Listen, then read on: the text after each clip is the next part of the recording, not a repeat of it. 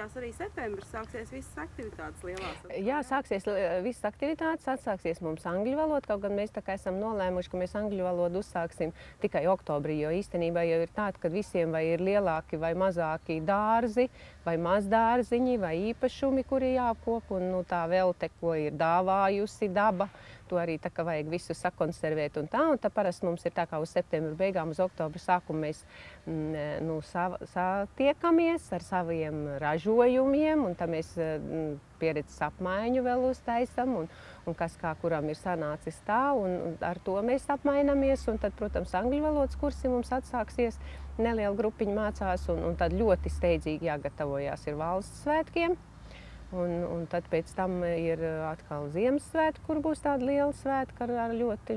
es ceru, lielu programmu, kur pilnīgi iesaistīsies visi atnācēji, viss, tas ir ap 50-60 cilvēkiem. Nu, protams, ka tas pamatkodols ir ap 20 cilvēkiem, kuri tā darbojas, bet iesaistīti tiks visi aktīvāk nekā pagājušo gadu. Un runājot par šo iesaistīšanu, kad, protams, tagad ar rudeni, kad visiem būs beigušies atvaļinājumi un izbraukumi un lielie visi darbiņi, tad vienkārši, es saku, ir žēl tas, kad it kā no DEAKA viņi ziņas nesniedz, kuri kļuvuši invalīdi, ja, jo tas tomēr ir tāds jautājums, kur cilvēki varbūt kā nevēlās to, un diemžēl ne visi zina, ka tāda organizācija tomēr pastāv un neiestājās pie mums, bet mēģināsim apzināt caur paziņām, caur visiem un iesaistīt šos cilvēkus, lai viņi nepaliek vientuļi malā, jo tas ir ļoti svarīgi. Kā jūs vienreiz jau minēju, tad, kad kļūst invalīds, ka tā ir milzīga pārbaude gan ģimenei, gan pašam, jo cilvēks vairs nesaprot, ko iesākt, jo sevišķi tie cilvēki, kuri ir ļoti aktīvi visur, kur darbojušies, un viņi pēkšņi paliek vai uz gultas, vai vispār nevar paiet, un viņiem liekas ar šo savu problēmu, ka cilvēki, līdzcilvēki, kas ir apkārt tuvākie, viņus vairs nepieņem, un bieži vien nesaprot. Un tas arī ir fakts. Jo es domāju, ja domē sēž cilvēki ar labām izglītībām un arī sociālie darbinieki, es nevarētu teikt, ka viņi ārkārtīgi lielu interesi un tādu atbalstu un paši piedāvātu jaunos noteikumus un iepazīstinātu un organizēt kaut kādus tomēr pasākumus. Jāsaka, paldies, vismaz pagājušo gadu pirmo reizi mūsu Ziemassvētku pasākumā atnāca viena persona, kur piedalījās vismaz svinīgajā, bet principā es varu teikt, ka nav tāda atbalsta, kādu mēs vēlētos. Un līdz ar to es domāju, ka tā iesaiste varētu būt tikai tā caur paziņām un jāapzina tie, kuri kādreiz ir bijuši biedri un šobrīd viņi tā kā nenāk vairs, kas ir par iemeslu, jo citi vienkārši nevēlās saistīties, citi ir izbraukuši uz citām pilsētām, bet pie šī jautājuma ir stipri jāpiestrādā un ļoti svarīgi ir viņus arī sveikt viņu lielajās vismaz jubilejās, ja viņi nevar atnākt šajā pulkā. Kaut gan mums ir brīnišķīgs dežurants pulks, kuri dežuranti jau uz lieliem svētkiem un visiem cenšas apzvanīt un uzaicināt uz šo pasākumu, jo šī tomēr ir tāda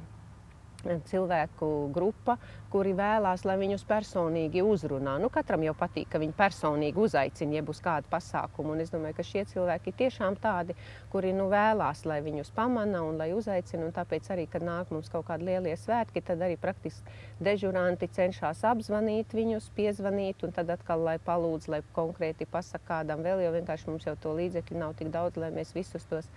kaut vai mums ir pār 360 apmēram biedru aktīvi, tie, kas ir iesaistījušies rajonā, ir ap 3000. Darbi ir ļoti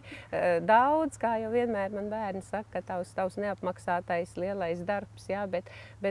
tas īstenībā arī tā ir tā lieta, kas cilvēku, kā saka, uztur un liek viņam strādāt. Un es domāju, ka mēs šos pienākumus, kuri tur darbojās, mēs noteikti viņus izpildām. Neteiksim par visiem strādājošiem, bet par lielu daļu mēs varam teikt, ka mēs viņus izpildām noteikti ar lielāku sirsnību, ar lielāku atdevi, jo mēs to darām no sirds. Mums nav tā kā uz darbu jāiet kā uz zobu sāpēm. Jā. Mēs tur aizējam, lai viens otram palīdzētu, viens otru uzmundrinātu un savu reizi arī, lai ir kam bēdu pastāstīt un rastu atbalstu, atbildi. uz dažiem jautājumiem, un tā kā es domāju, jā, kad pienākumu un tādu visādu darbiņu mums pietiek, un, protams, ka mums ir jāpabeidz tautiskās blūzes Vidzemes novada, ko mēs iesākām līdz Ziemassvētkiem, lai mums būtu skaisti tautsterpi visām, kuras iesāka šūt, un tā kā mums pietiek visādi darbošanās, un vienmēr es saku, jā, kad cilvēki sevi var uzturēt un ar sevi un savām problēmām tikt galā tad, ja viņam ir cilvēku mīlestība.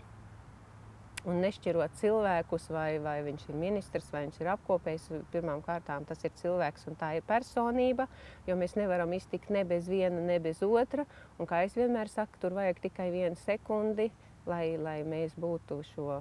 īpašo vajadzību grupā, diemžēl, un pēc tam nevar zināt, kāds tev būs amats, kāds tev būs darbs un kāda tev būs attieksme pret citiem un kā citiem būs attieksme pret tevi. Un es to vienmēr gribu visiem likt pie sirds, to